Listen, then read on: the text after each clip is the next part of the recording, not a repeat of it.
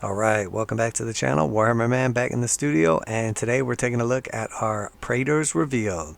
So obviously we recently saw the Warhammer Horus Heresy initial trailer, showed off a bunch of like cartoon action scenes, and basically we saw two Praetors doing battle. We saw one of the models initially. Since then we have seen some detailed pictures of the actual Space Marines that are going to be coming in the box set, and now here we have the second Praetor from the video officially revealed. If you are new to the channel, make sure to like and subscribe for Warhammer 40,000, Kill Team Necromunda, Age of Sigmar, Warcry, and of course some Horus Heresy content as well. That being said, let's jump right in. Heresy Thursday. Lead your army into battle with this never before seen plastic Praetor. So we know these are going to be contents from the new box set, and so far they look absolutely stunning.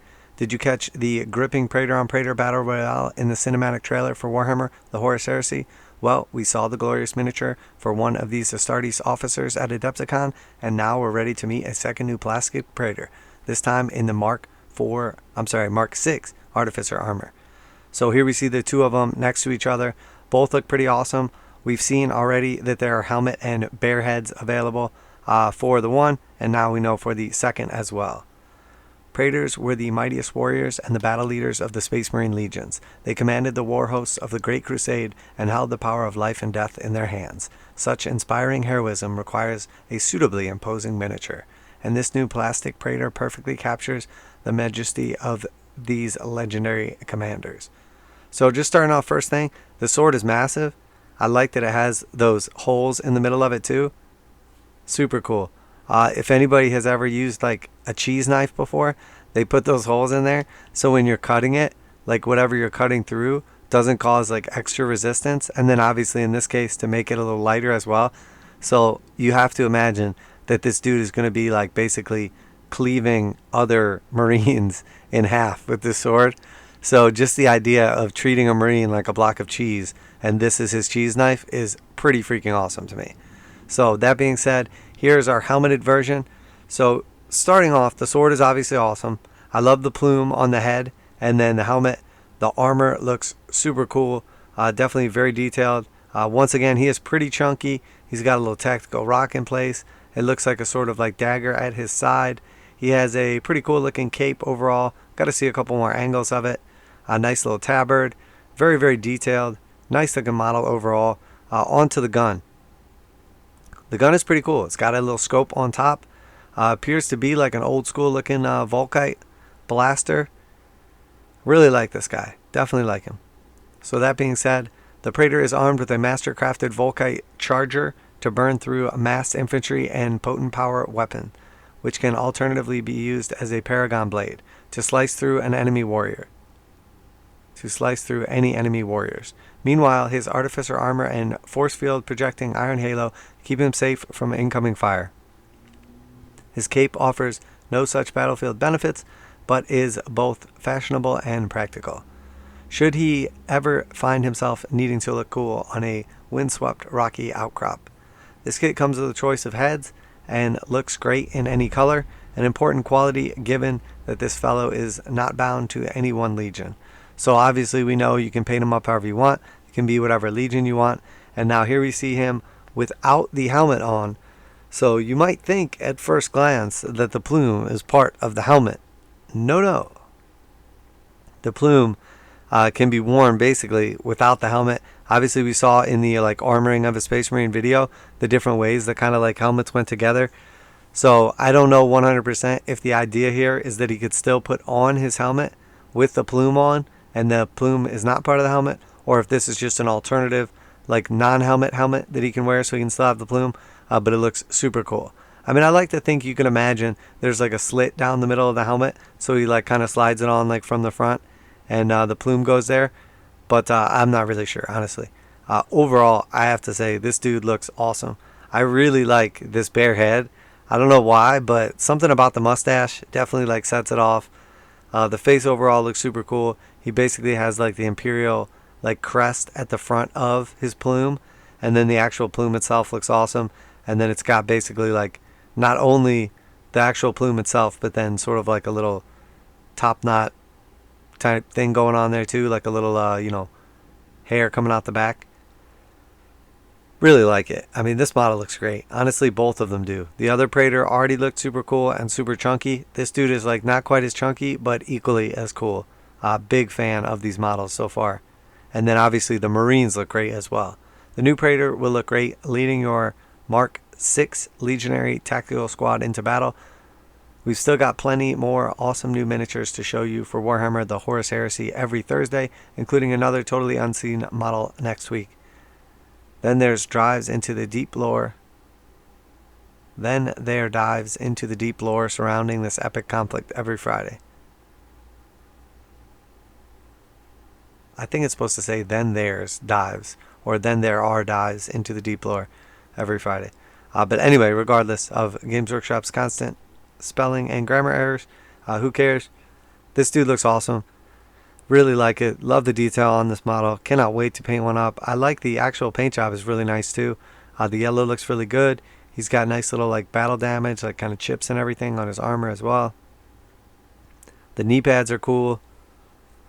The little like crest belt is pretty cool. You see like the belt and like the latch and everything kind of hanging down to the side. He's got sort of like the custodes, sort of like hip armor. Little skulls hanging down in front of the tabard. Really nice looking model. Again, he's got like those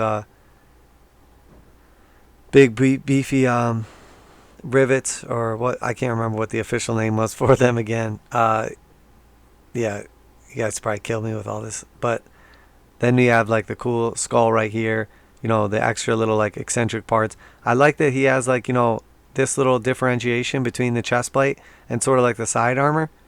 So it makes it a little cooler. Like that two piece where you see like the metal and then like the colored stuff. A little extra like accentuations around there. Again, the sword is great. The master crafted Volkite deal is pretty awesome. It's got a cool bionic eye. I mean, everything about this dude. The iron halo is awesome. They absolutely nailed it. I mean, the helmeted version is pretty cool, but let's be real. This versus this, I mean, I gotta go with the old man with the fancy mustache. Looks really cool. I cannot wait to paint this dude up. Absolutely awesome. Both Praetors look great. The Marines look great. So far, all the models from the game look great. I think it's pretty obvious that we're about to see the tank, hopefully next week. But it seems like what they're basically saying is a new model next week. So maybe it's going to be like a standard bearer. Maybe it's just going to be some other random thing. But I have a feeling it might be the tank. So they basically alluded in the initial trailer that there was a new tank, never before seen. So this kind of throwback to a never before seen model or whatever kind of makes me think that that's going to be the tank. So looking forward to that. I don't know exactly what it's going to be.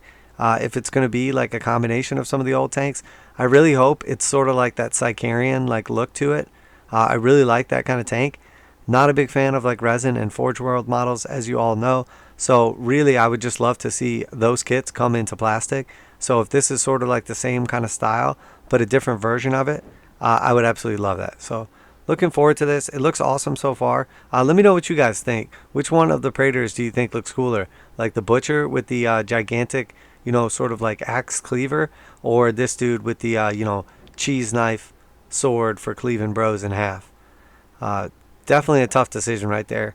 I don't know which one. This one's newer, so naturally I have like recency bias, but I really like them both, and definitely looking forward to painting them up with like some old school paint schemes. Still not sure that I will actually like get into the game itself, but definitely loving the models. Love the old school look.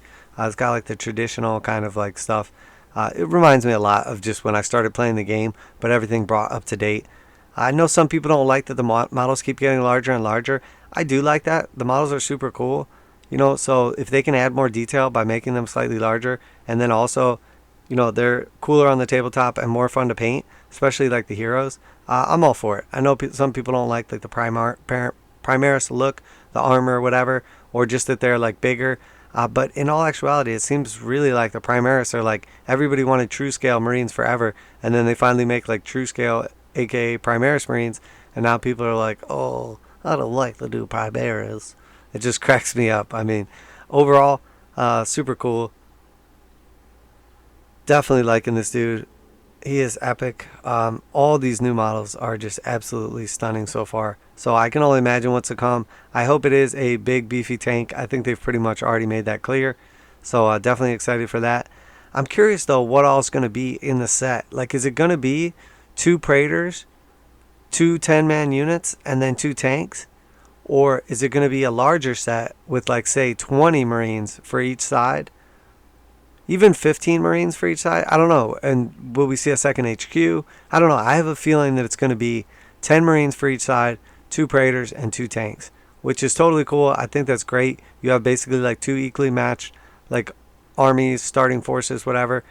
And then depending on like what faction you make them or whatever, you have essentially like the special rules that can kind of differentiate them.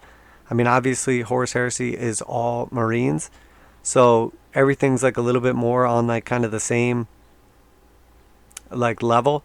It's probably a little easier to balance, you know, not as much crazy stuff. And then the rules themselves for like special abilities, warlord traits, whatever, have like a little bit more of a, you know, effect, because that's how you're really differentiating what would be otherwise, you know, just completely vanilla, you know, Marines. So that being said, let me know what you think. You know, Horus Heresy is built on 7th edition, and 7th edition probably was historically my least favorite edition all the way back to Rogue Trader. So I'm not super excited for that, but perhaps the new rules will take away some of the things that were so terrible about 7th edition. Or maybe the 7th edition rule set wasn't the problem, and it was just like all the codexes and the rules bloat and like the, you know, basically like Death Stars, and maybe they don't have that in Horus Heresy. So the rules are fine, but it's like the actual like supplements and all the bloat and everything that was the issue. I don't know. Let me know if you play the current edition of Horus Heresy and how you think it is. Like, is it really balanced? Is it fun? Do you like avoid a lot of the issues that were there for 7th edition with like all the Xenos races and everything by playing Horus Heresy? I'm really curious about that, because like in hindsight, the actual edition rules of 7th weren't that bad. It was more like it was the Death Stars, the rules bloat, and like just the game was just completely insane. So, and I know a lot of people left the game because of that edition. Like, I have a lot of friends who quit playing 40k, and I know a lot of people, you know, chime in and always say, yeah, I quit playing because 7th edition was so out of hand. So when Horus Heresy came back, a lot of those people, including myself, did not start playing Horus Heresy. So maybe we're like missing out on this hidden gem. I know a lot of people are big followers of Horus Heresy. I don't know if it's more for like the lore and the setting, or maybe they just hate Xenos, or if the actual rule set is like that much cooler. Because going into like, I mean, 8th and 9th overall were pretty good, and then like 9th is just getting like completely out of control after like the first couple codexes. So I'm curious if Horus Heresy has like kind of avoided all that because it's been around for so long, and it hasn't constantly just had like all this rules bloat, all this like never ending, you know, power creep, all that stuff. So let me know what you think. I know it is still like super hero hammer because you have like the Primarchs still around and everything like that. And honestly, again, if the Primarch models looked better, like, they're okay, but I really don't think they're that impressive. And they're all like Forge World resin. I think they would look exponentially better if they redid the Primarchs. Like Guilliman, the model, looks stunning to me. Absolutely phenomenal. Mortarion, obviously, you know, gone through a little transformations. Magnus, all look absolutely stunning to me in the plastic range. But when you look back at the old Horus Heresy models, they don't look that great, like in my opinion. You know, I know everybody's entitled to their own. But for instance, these guys, compared to the old versions of themselves, look absolutely stunning. So if they brought the actual Primarchs from Forge World into plastic, I think that the game would probably explode, because people would absolutely love it. The models would be just as good as, you know, theoretically the game or the setting, etc. So let me know what you think. You know, answer some of those questions if you can. Fill in some of those blanks for me. Give me your opinion about other things that make the game great or things that it's missing, etc. Definitely appreciate hearing from you guys. I am super excited for this. Even if I don't ever play the game, I love these new models. They look stunning. And if anything, it just like opens the gates for so much more to come. So that being said, going to go ahead and wrap it up there. Warhammer Man Studios. Make sure to like and subscribe. It's absolutely free for you, and you know, obviously benefits the channel and me personally, and you have my personal thank you if you do. That being said, if you do enjoy the Warhammer 40,000, Kill Team, Necromunda, Age of Sigmar, Warcry, Horus Heresy, and some Underworlds content as well, a little bit of D&D splashed in there occasionally, and pretty much anything to do with tabletop, wargaming, etc., make sure to like and subscribe. That being said, Warhammer Man Studios, I'm Warhammer Man, and I'm out of here.